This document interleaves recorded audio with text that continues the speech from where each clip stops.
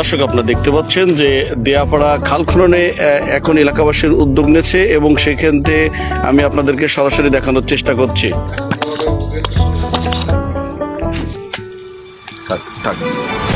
প্রিয় দর্শক, অভয়নগর সমাচারের মাধ্যমে আপনাদেরকে শুভেচ্ছা জানাচ্ছি। আমি সাংবাদিক জাকির হোসেন হৃদয়। এই মুহূর্তে কিন্তু আমি আছি অভয়নগর উপজেলার ঐতিহ্যবাহী কৃষিপণ্য এলাকা সিদারপুর ইউনিয়নের দেয়াপাড়া 1 নম্বর ওয়ার্ডে। 1 এবং 2 নম্বর ওয়ার্ডের মাঝখানে ঠিক এখান থেকে আপনার চলে গেছে বহমান ছিল একটি খাল, এবং সেই খালটি কিন্তু দীর্ঘদিন ধরে বন্ধ থাকার কারণেই কিন্তু বিশেষ করে এই পাশে যে কৃষিপণ্য জমি, সেই জমিতে কিন্তু পানি সবসময় থাকতো এবং চাষের সাংঘাতিক ক্ষতি হতো।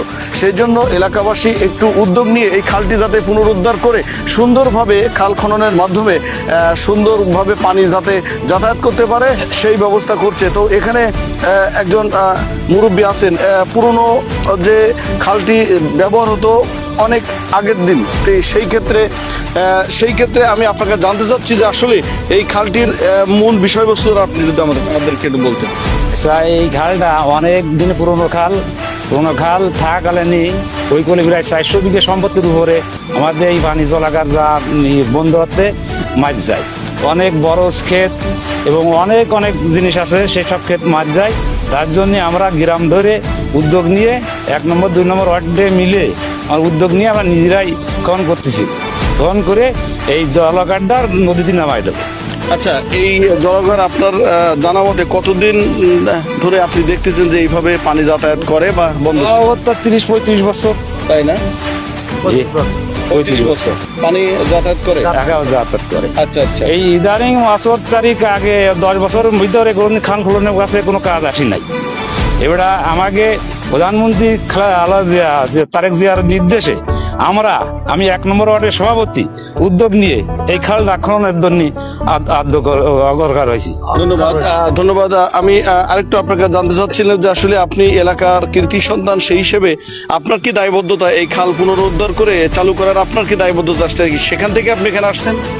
দেখেন, বিষয় হচ্ছে যে এখানে 400-500 বিঘে কৃষি জমির ফসল নষ্ট হয় জলাবদ্ধতার কারণে, এবং এই খালটা 30-35 বছরের পুরনো খাল। এখানে সংস্কারের অভাবে পানির নিষ্কাশন সঠিকভাবে হয় না বলে এই ফসলগুলো নষ্ট হয়। এখন এলাকাবাসীর ফসল ভালো হওয়ার জন্য এবং এই ফসলগুলো ঘরে তোলার জন্য আমরা নিজ উদ্যোগে, আমরা 1 এবং 2 নম্বর ওয়ার্ডবাসীর যৌথ উদ্যোগে আমরা কিন্তু এই খালটা সংস্কারের উদ্যোগ গ্রহণ করেছি। ধন্যবাদ।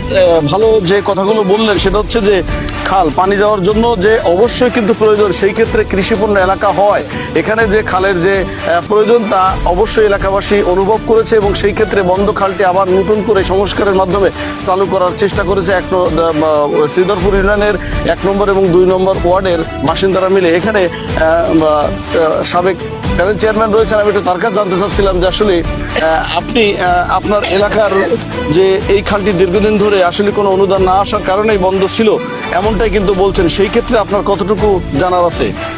ধন্যবাদ অভয়নগর সমাচার জাকির হোসেন হৃদয় ভাইকে। আসলে দীর্ঘদিন এই এলাকার লোক বঞ্চিত রয়েছে। বর্ষার সময় এই পানির বরজ এবং ধান খেতে অনেক সমস্যা হয়। আমার কাছে এই এলাকার বাসী অনেকে আবেদন করেছে, সরকারি কোনো বরাদ্দ না থাকায় এলাকাবাসীর উদ্যোগে আমাদের নিজস্ব প্রচেষ্টায় আজকে দেশের প্রধানমন্ত্রী কৃষি বান্ধব সরকার, আজকে তাদের সাথে মিল রেখে আজকে আমরা নিজস্ব উদ্যোগ নিয়ে আজকে জনগণের হাতে নিয়ে, যাদের যারা দুর্ভোগে আছে তাদের সাথে নিয়ে আমরা এই খাল খননের উদ্বোধন করতে আসছি, এবং এলাকাবাসী স্বতঃস্ফূর্তভাবে এই খাল খনন অংশগ্রহণ করেছে, এবং আগামী দিনে যাতে এই সরকার যাতে আমাদের এদিকে খেয়াল দেখে সেই দিক নজর রাখবে এই বললে শেষ করছি। আরেকটু আপনাকে জানতে চাচ্ছি এই খালের যে মানে অর্থাৎ এখান থেকে কতটুকু পরিমাণ বা এর দৈর্ঘ্য কত বা সেই বিষয়টা যদি একটু বলতেন। 500-600 মিটার মতন হবে, থেকে 600 মিটার না? জি জি। আচ্ছা আচ্ছা। এই খাল খনন হওয়ার পরে ওই পাশে যে কৃষি জমিতে পানি জমে থাকে তাকে থাকবে নাকি এখান থেকে বহমান থাকবে কিনা আপনি কি মনে করেন? বহমান থাকবে এবং চালু থাকবে, এটা সমস্যা হবে না ইনশাআল্লাহ। সমস্যা হবে না।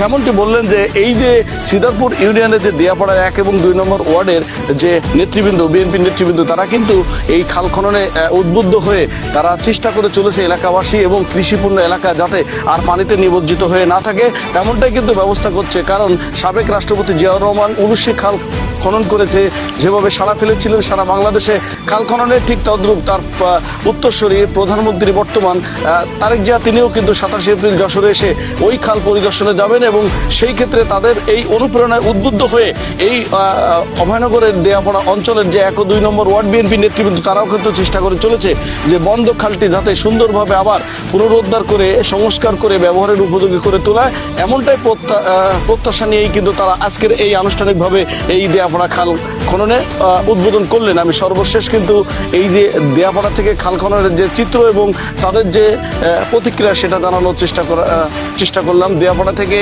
জাকির হোসেন হৃদয়, অভয়নগর সমাচার। জানান